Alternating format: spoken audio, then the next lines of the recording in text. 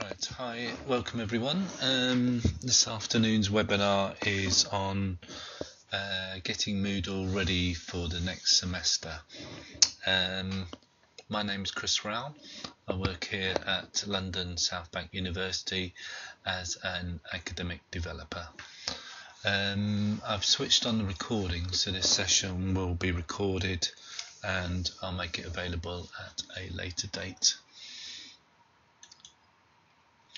In terms of the instructions for this webinar, I've switched the microphones off, so I'm the only person basically who can speak. If you want to ask me a question or add a comment, you can see there's a little icon on the bottom left hand side of the screen. If you click on that icon, you can then type in to the conversation. As say, you can ask me a question or make a point. What I'll do after my presentation, I'll come back and answer any specific questions. Basically, the aims of this seminar are that I'm going to basically show you how to import content from a previous semester. So if you've taught the semester before, how to import that content into this semester's module, and then give you an overview of the LSBU Moodle baseline. So basically what goes into a typical module, but it'll be a very brief summary. So I will try and speak for about 20 minutes or so. Try not to go on too long, basically. Okay. So what I'm going to do now is I'm going to go into a live demo. In the demo in Moodle, it will just take a few minutes to load. So I'm going to switch over now. So you'll see it come up or pop up on your screen in a second or two, but it will take a couple of seconds for it to work. Okay, so what we have here now is that we've gone into a live module. So this one is enabled, is called 1819 e-learning, but it obviously would change depending on what your module's called. Assuming this is a brand new module and it's completely empty, which this one is not, you can actually import content from a previous module that you've taught or from other modules. So to import content into a new module, what you have to do is to, first of all, you need to scroll down, and on the bottom left hand corner of the screen you'll see a block and it's titled administration. So just here. In it, there's various links, so unsurprisingly you select the link called import, which is the third link up from the bottom. So if I click on import, the first page that comes up is headed find a course to import data from. So typically speaking, it will give you 10 different options of your previous modules that you've taught. If it is one of the modules that you want to copy the content comes up automatically there, then you can click on it with a little radial button, select which one you want. If it's not showing, you can type in the name of the module. So I'm just going to type in here template, and that's brought up the Moodle baseline template module. So I'm going to click on here because that's the one I want to select and go continue. And first of all, there's a few pages that we need to click through. So the first one is called backup settings. So I want all of these except for the bottom option, which it says include groups and groupings. So if I've set up groups in the previous module, either one I'm copying from, those groups or groupings are going to be copied over. So In most cases, we would not want those groups or groupings to be copied over, so I'm going to deselect that option. Then I'm going to hit the next button. And again, this next page basically shows you all the content that's going to be copied over. So, and again here, we could copy all of it over, and this is the default setting. As you can see, all the little boxes here are ticked. One box that you don't want to have ticked is the announcements. So I'm going to untick that, because even in a new module, the announcements forum will be set up already. So if that one's ticked, you're going to have 2 announcements at the top of the page, and you would have to go in and delete it. So rather than deleting it, we can deselect it at this stage. And if you want everything else copied over, then make sure all those buttons are ticked, and as I say, that's a default option. If you wanted something unselected, say you didn't want week 4, then you would deselect that, and that would unselect that particular label, and then you can see all the rest of that week is actually deselected as well.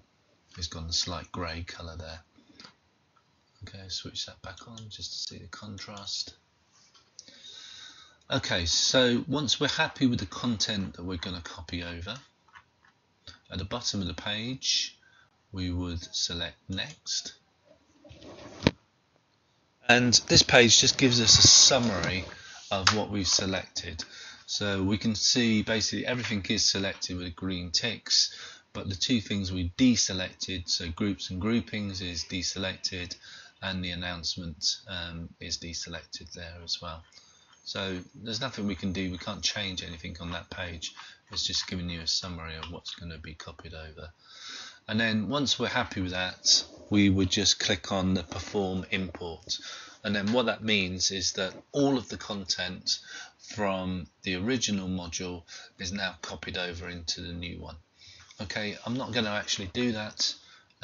It doesn't take long, it only takes about a minute if that, but I want to get on to other things. So I'm just going to cancel that operation. Okay, and this has taken us back to the module. So what I want to do now is just give you an overview of what should go into a typical Moodle module. This module is set up so that it corresponds to the LSBU Moodle baseline requirements. So, as I said before, in all the modules, the automatically put into the top of the page is the announcements forum. So this is where you, as the lecturer, can post an announcement to your students. So you would just click and add a new topic. I suppose the only thing to note about this, it's a one-way discussion. So if you post an announcement to your class, your students cannot reply to it. So it's more just you making announcements about the course or any changes to the course or rooms or things like that. Secondly, we have got a new feature that we've got here. Again, this is another recommendation from the baseline requirement, is that you provide a little forum, usually at the top of the page, where students can introduce themselves. So this is easily done. I mean, I'll just turn the editing on. I'm sure people are familiar with that button. And then if you want to add a resource or activity, we would just click on that link there, and I'll just do it this one time. And then if we wanted to add a forum, we'd click on the forum, and that would enable us to do that. Okay, so this is a good idea, because what it does, it gets students, I mean, just to introduce themselves. So you could just ask them to say what their name is, say if they've got any hobbies, and what they expect from the course. Doesn't have to be a big thing. It's just a way of them, once they've actually contributed in a sort of more informal environment, then if you were to use forums later on in the module, they'd feel more comfortable with contributing and are more likely to contribute.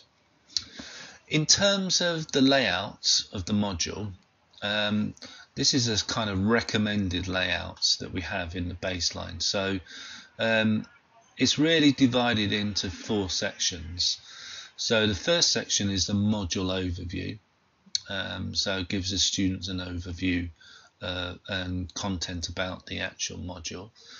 The second section is assessment and feedback, which is where you'd expect to see the assignments.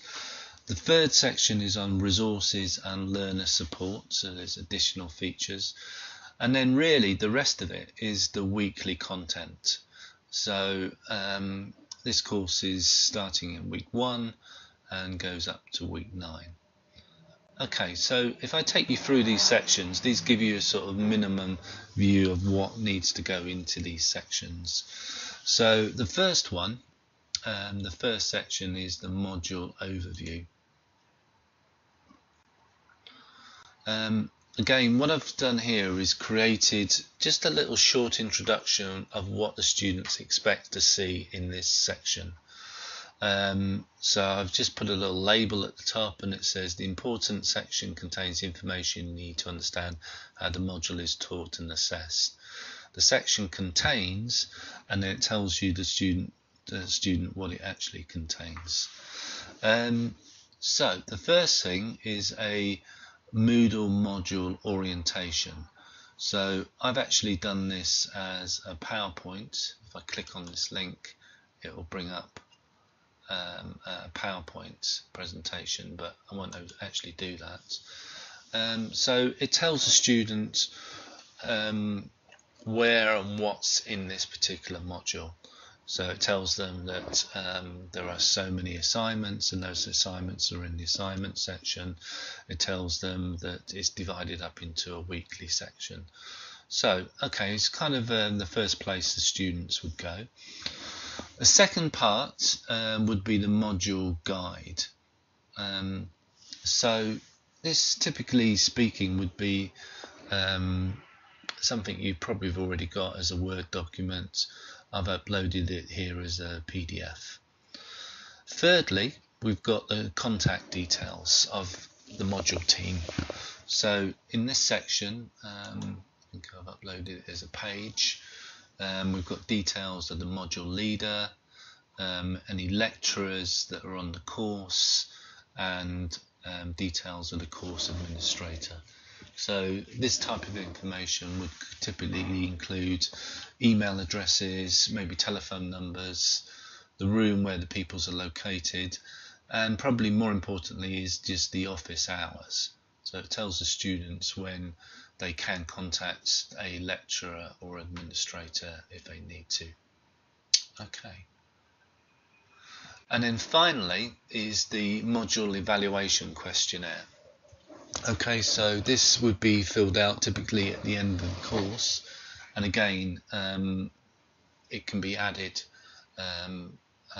by the link on add an assessment or a resource. Okay, so that's the module overview in terms of what would be expected into that section. Secondly, and again it's a really good idea to have this at the top of the page, and I've clearly labelled it assessment and feedback. So if I click on this section, again I've got a little introduction at the top of the page just telling the students what to expect in this particular section. So it's the place where the students would get their assignment brief, and it's the place that they would submit their work. So I've got assignment brief 1, assignment brief 2, submit assignment 1, and the submit assignment 2 here as well. I've also included the assignment marking criteria as well, so the students can click on that, find out how their work is actually going to be marked. And also you can see actually assignment 2 has a rubric, a marking rubric attached to it as well. Finally, I've also provided some information on the exam or test information, and I suppose this is, it kind of gives us the heads up to the students of what to expect if there's any tests or exams at the end of the module. Okay, so that's the second section. The third section is, I've labelled it resources and learner support. And again, we've got some useful information for the students. You don't need to necessarily include all of these things, but here are some examples of what would go into this section. So first of all, I've created another forum. So if I've called it frequently asked questions. So these are the questions that students would like to ask. And again, it saves you just having to repeat yourself, you know, if we're getting the same questions popping up all the time. Also, you can copy this forum from one module into the next one as well. So the content from these questions can be copied over as well. Next, we've got a module study guide. So this would be showing the students what they would need to do in this particular module. So it includes maybe the amount of hours they would be expected to do in terms of self-study, how much time they would be expected to spend in the VLE, in Moodle, whether you're asking them to contribute to any activities inside of Moodle, things like the forums or wikis or anything else, or questions or quizzes or anything like that you've got in the actual module. Two other things I've included here as well. We've got a sample essay or assignment. So again, providing exemplars is a really good way for students to see what sort of standard they're expected in terms of the assignment. So if it was an essay-based module, you could provide an example of that. Or even if it was an exam-based thing, you could give some sort of sample exam questions as well.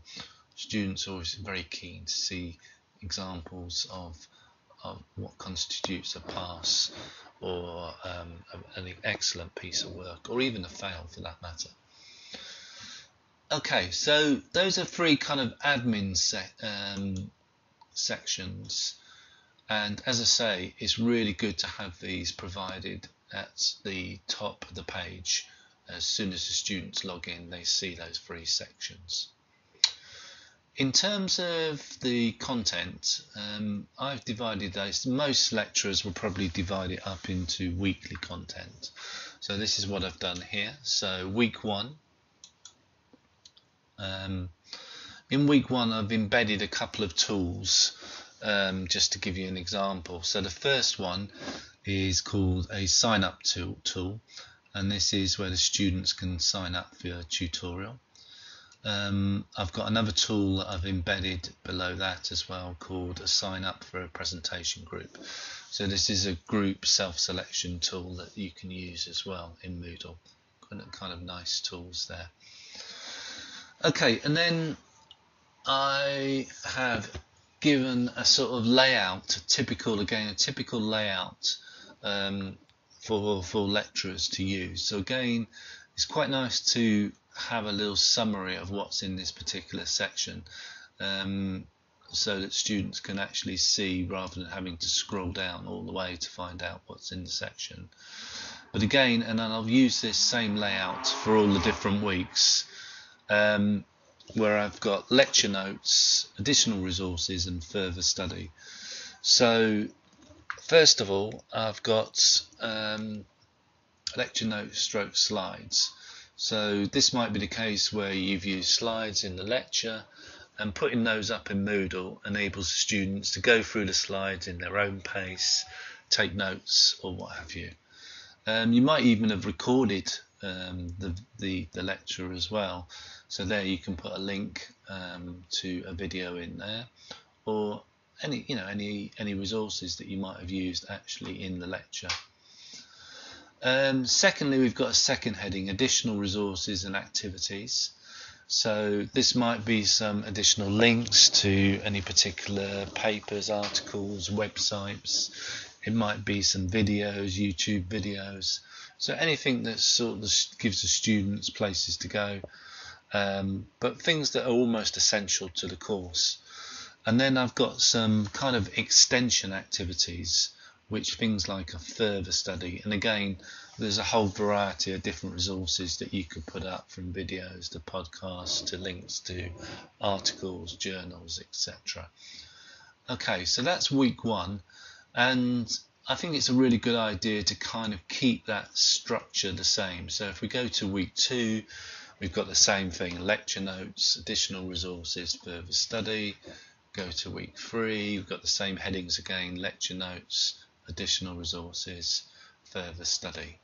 Okay, so all of those things would carry down all the way down to week 9. And that's it really, in terms of giving you an overview of what's kind of required, what's a sort of standard for a typical module in Moodle. There's another space that I've actually got hidden. If you can see after week 9, so if I scroll down right to the bottom of the page, I've got a section, external examiners content. This section is deliberately hidden. So in this case, because the external examiners will have access to your module, you can put stuff in there that you would only want the external examiners to see. So it might be just a selection of some of the assignments, it might be examples of some of the marking or some of the feedback. But as you can see, it says this section is deliberately hidden. There's nothing much in there at the moment, but you can hide any of the sections. You can see it's greyed out there.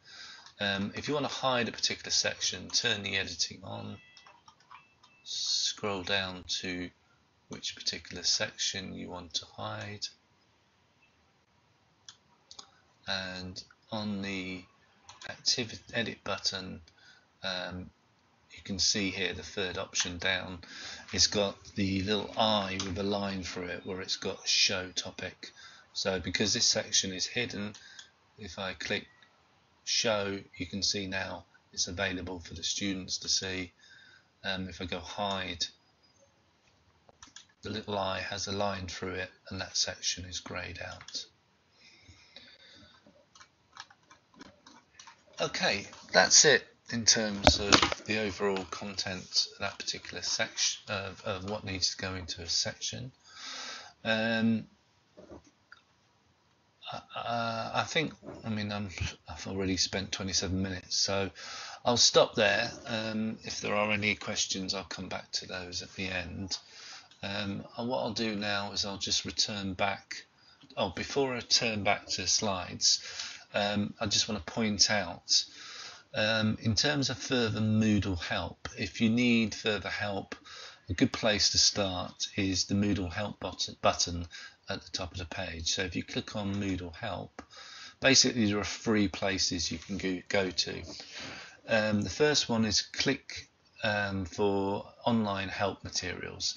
So if you click there, it will take you to a whole series of videos, to handouts, to anything you need to know about Moodle. There's a self-study guide that will show you how to do it. Secondly, if you need face-to-face training, you can click on this link here, and that will take you to the HR booking system, where you can book up a session with the digital skills team, and they will show you on a face-to-face situation how to go about setting up things in Moodle. And then finally, if you've actually got a technical problem, so for example, if any of the features in Moodle are not working, you can contact the IT help desk, and their contact details are there. So those are 3 places that you can go in terms of help. I'll leave my contact details up at the end as well if you want to contact me.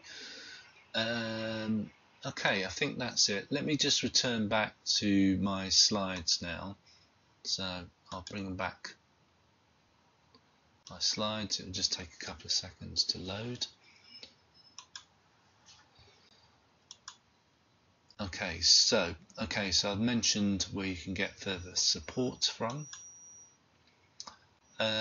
We have got future webinars. This is the last one of this semester, so they will be starting again at the beginning of next semester. We will be doing a series a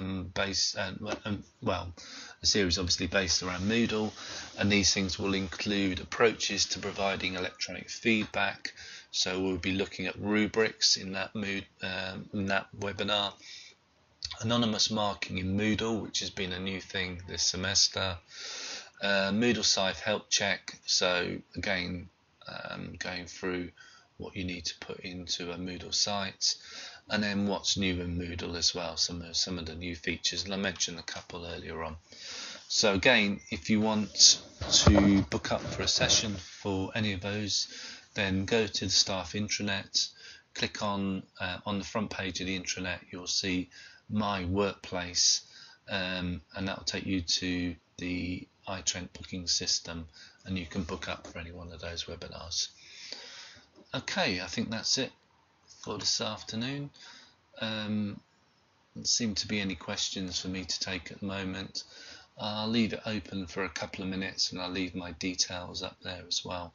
So if you want to contact me, that's my email address, railc@lsbu.ac.uk, and my Twitter handle as well, and I'm based in London Road 134. Okay, thank you very much. Oh, and I'll make this link available on Yammer as well with the recording. Thank you.